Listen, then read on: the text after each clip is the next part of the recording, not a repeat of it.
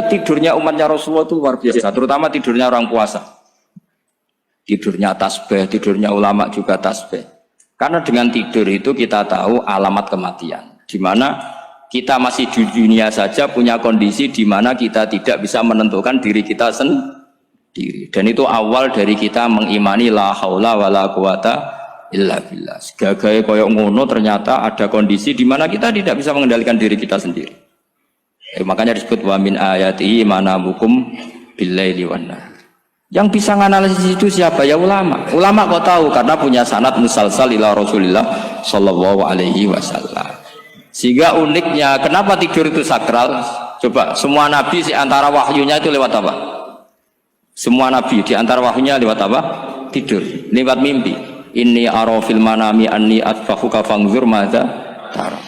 Maka mimpi ini harus dikelola secara baik, yaitu kalau kamu mau tidur, wudu dulu, baca tasbih, terus tinggalkan semua dunia, anggap saja ini pemanasan kematian. Itu insya Allah mimpinya sip pokoknya. Paling dikejar-kejar Dajjalnya kecemplung kali, insya Allah. Tapi kalau kamu tidur gak wudu, raiso turu terus raiso turu mangan sik bu, raiso turu terus raiso turu mangan sik ben wareg ben iso turu. Insya Allah dikejar Dajjal kecekel. Akhirnya ngelindur gak karu-karuan karena tadi. Nah, sanad seperti itu yang punya siapa? Hanya ulama. Ada lagi satu contoh, ini sudah hampir 20 menit Pak Ustaz. Itu saya pernah ngaji Durarul Kalami Syafi'i, mutiara-mutiara ngendikan Imam Syafi'i. Itu ulama itu mesti ngendikan tuh unik. Tadi saya sudah cocokkan sama Bupati, tak tanya. Pak Bupati, saya ini punya ilmu dari Bapak, mungkin pas untuk jenengan pakai. Kata Bapak, urip iku padha wae, ngadepi kanca mbek musuh iku padha wae. Malah kadang ribet kanca. Dulu saya itu iskal itu janggal. Tapi setelah ngaji Durarul Kalami Syafi'i yang ada di Muqaddimah kitab Majmu', Muqaddimah Syarhul Mu'adzab Imam Nawawi. Imam Syafi'i nak ngendikan gini. Man ahsana ilaika faqad qayyadaka. Wong apiki kowe nyancang kowe. Kaya Pak Rosid itu apian mbak aku. Ngerti sarang sowan mampir, gayane apian. Jebule nyancang. Awas nara teko ning Demak. Itu faqad qayyadaka, nyancang kowe. Tapi waman asaa ilaika faqat atlaqaka. Wong sing eleki kowe iku penak bebasno kowe. Kowe tau diutangi wong kancamu ta musuhmu? Sing biasa utang kowe lho. Kanca.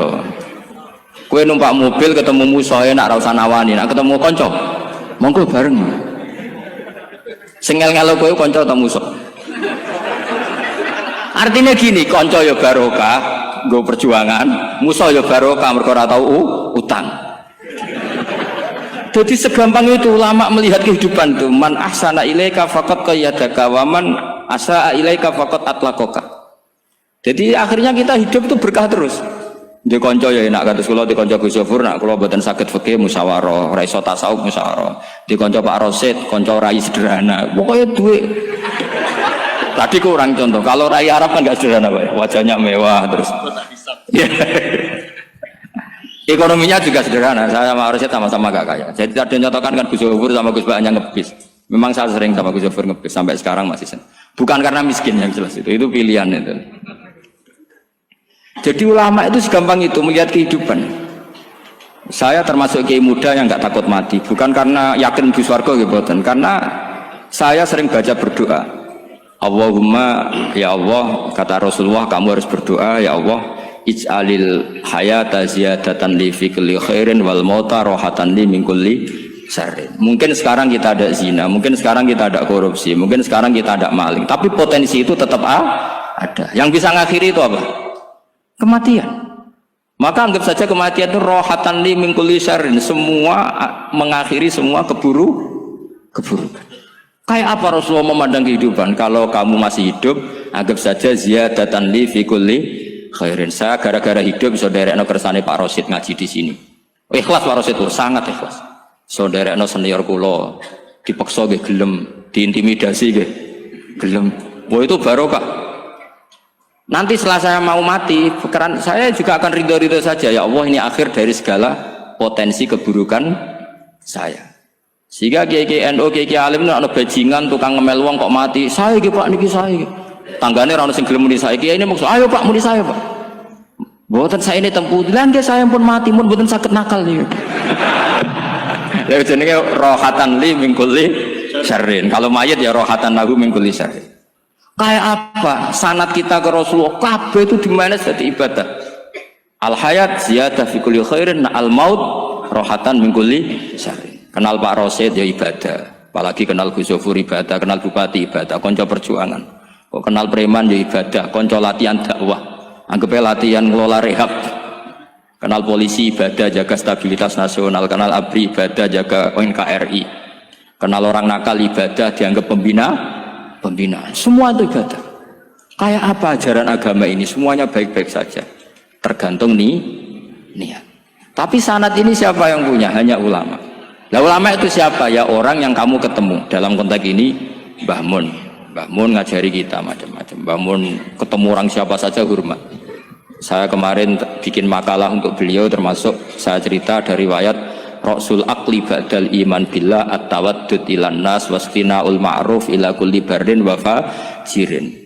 Inti iman setelah akal menentukan kita iman kepada Allah, akal setelah mengantarkan logika iman kepada Allah, akal itu kita gunakan at-tawaddud ilan nas supaya kita bersikap simpatik dan melakukan kebaikan kepada siapa saja. Karena barokahnya kita simpatik nak ngandani wong nggih gampang.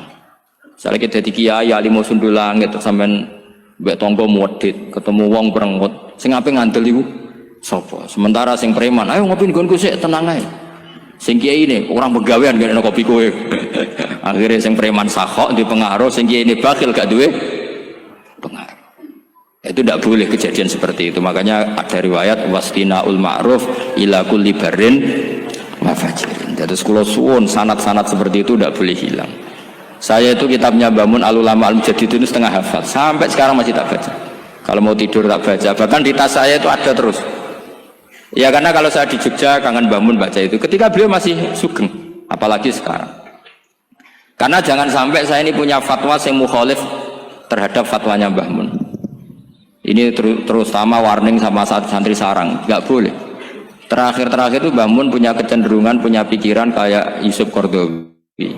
Ya potensi wajibnya zakat khodrowat fawakih. Ngendikan gini sama sih ingat ketika ngaji sama Gus Zofur Pak Rosid kalau Mbah Mun guyon. Wong desa iku wis melarat gegere nganti kaya akeh wae. Mbah Mun nyontokno gegere macul nganti kaya akeh gara-gara sing ditandur pari wajib zakat. Wong Sulawesi nandure kakao cengkeh. Zaman iku cengkeh Jaya. Berhubung ora akut gak wajib zakat. Padahal kaya raya. Jadi fenomena itu sering diutarakan beliau. Lama-lama beliau ngarang di Al-Ulama Al-Mujaddidun. Beliau mengutip pendapat Ibnu Katsir, tentu di era modern kayak Yusuf Qaradawi. Sebenarnya Yusuf Qaradawi sendiri bukan mujtahid, dia ya muqallid juga. Kata Ibnu Katsir, wa mimma akhrajna lakum minal ard, yang harus dizakati adalah ma itu umum, apa saja yang keluar dari bumi. Maka kecenderungan Mbah Mun akhir-akhir itu mbok yao fawaqih khudrawat itu dizakati. Tapi beliau tentu tidak ilzam ya, karena beliau sangat syafi'i. Tapi ini kan saran yang baik lah menurut saya. Apa susah sih dadi wong lomo gitu. Wong dadi wong medhit kok mbok bilo-bilo. Lah nek kowe takok takbirin ndi Gus, nak khudrawat fawaqih, melon, kakao, tebu wajib zakat. Takbire iku lomo iku apik, medhit iku elek. Ngoten-ngoten mawon iki. Mumpun ngoten mawon. Assalamualaikum warahmatullahi wabarakatuh.